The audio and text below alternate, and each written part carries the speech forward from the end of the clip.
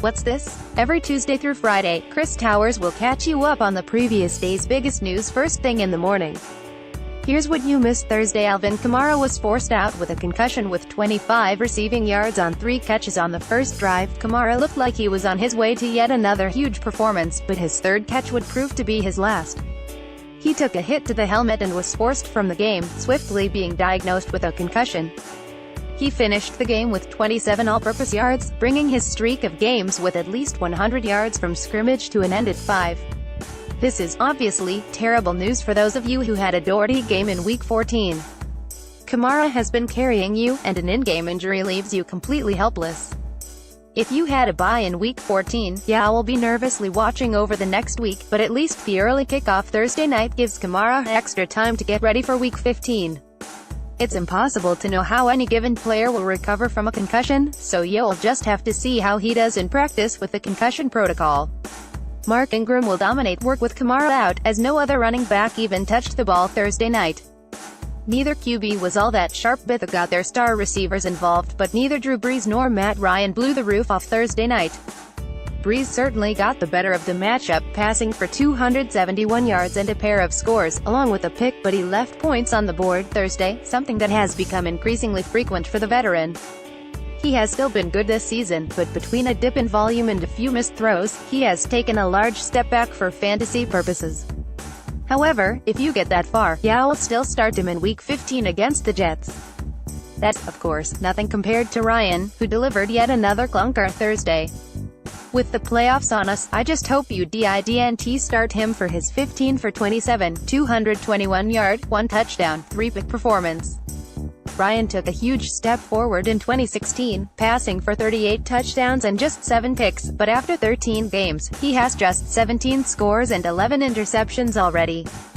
We knew some regression was coming, but Ryan has turned back into the disappointing fantasy performer he was before 2016, a disappointing outcome that has surely wrecked many fantasy seasons, given his lofty draft status. Ryan will be worth using in Week 15 against the Buccaneers, if you manage to get there. What else you need to know from around the NFL? Aaron Rodgers looks like himself in practice. Take it with a grain of salt if you need to, but it's exciting to hear positive reports as Rodgers tries to make his way back. You still need to win this week for it to matter, but if Rodgers returns in Week 15, he can obviously be a championship winner. He took another tangible step forward Thursday, practicing in pads for the first time since suffering his broken collarbone. Zach Ertz has been cleared to practice. The Eagles initially tweeted that Ertz had cleared the league's concussion protocol, which came as a pleasant surprise given that we hadn't heard much from him this week. Turns out that wasn't quite accurate. They tweeted a correction noting Ertz is still in the concussion protocol, but has been cleared to practice instead. Thanks, guys. Still, this is a sign of progress, if nothing else. We'll see what he does Friday, but you still need to take precautions with Ertz for Week 14. Have a backup plan ready in case he isn't cleared. Antonio Brown was unable to practice Thursday. If he didn't have a huge game on Monday, we might be worried, but Brown deserves the benefit of the doubt after last week. It wouldn't be a surprise not to see him practice at all this week, but as long as he plays, you're starting Brown. Matthew Stafford hand practice. It sounds like Stafford's hand injury isn't going to keep him off the field, though it may increase his chance of not finishing Week 14. Hell, be a risky play. Joe Mixon concussion still isn't practicing. Given the short week, at this point you probably shouldn't expect to see Mixon in Week 14.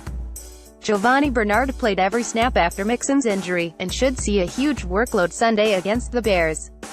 He's a recommended starter assuming Mixon can't make a quick recovery. Robbie Anderson hamstring left practice. Anderson has been dealing with this hamstring injury for a few days, and the fact he was unable to finish practice is certainly a bad sign. However, Ian Rapoport did report Thursday Anderson should be okay. According to a source, Amari Cooper ankle remains out of practice. Cooper hasn't been able to practice since leaving Week 12 with a concussion and ankle injury, and though he has cleared the concussion protocol, it looks like Week 14 is still very much up in the air. If he can't practice Friday, it's unlikely we see him out there this week. This is a great matchup against the Chiefs, so Michael Crabtree could be in line for a huge performance.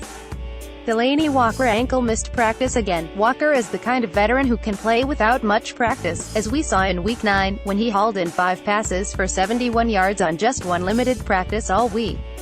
We'll see if he can get on the field Friday, but you should be coming up with a contingency plan, like Steven Anderson, in case he can't go in Week 14. Sterling Shepard hamstring was upgraded to limited practice. This could be a great spot for Shepard with Eli Manning back under center, and coach Steve Spagnuolo told reporters he is hopeful Shepard will play.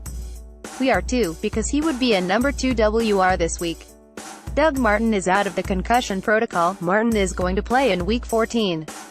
The question is, how much? Peyton Barber was more impressive in Week 13 than any other Bucs back has been since perhaps 2015, and Martin has been completely ineffective in at least as long.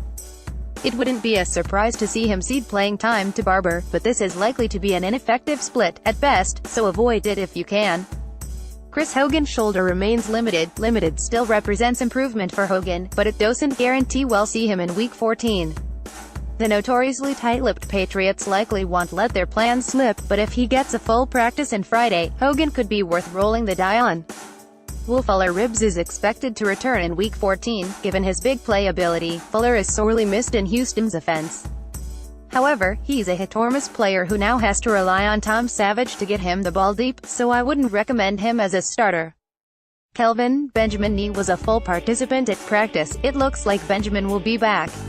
However, if Tyrod Taylor isn't, it won't matter. Even if Taylor does play, Benjamin is not a recommended starter for fantasy purposes.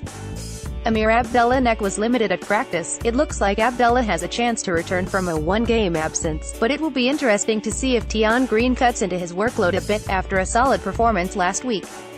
Abdullah is a risky start. Adrian Peterson was unable to practice Thursday. Peterson looks unlikely to play in Week 14, after sitting out Week 13 as well. If he can get on the field Friday, he may have a chance, but you need to come up with an alternative if you were hoping to start Peterson this week. Kerwin Williams was ribs able to practice in full. That alternative may end up being Williams, who looked solid in Peterson's absence last week. Williams should be owned in all leagues heading into the playoffs. Patrick Peterson hamstring was downgraded to DNP Thursday. A midweek downgrade is usually a bad sign for a hamstring injury, which can be notoriously tricky to recover from. If he doesn't play, it could make both Richard Matthews and Corey Davis better plays this week.